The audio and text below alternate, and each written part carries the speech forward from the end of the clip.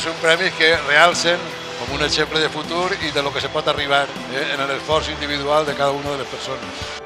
Me sentim molt orgullós i halagat, ningú profeta en la seva terra, i arribar a tindre este premi a base de 25-30 anys de carrera professional en Espanya i en l'estranger pues significa un muntó.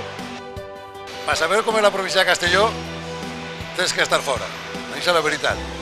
Jo professionalment he tingut la fortuna de desenvolupar-me fora, en diversos països, en diverses etapes de la meva carrera professional, i sempre he tingut una cosa clara, que jo tornava.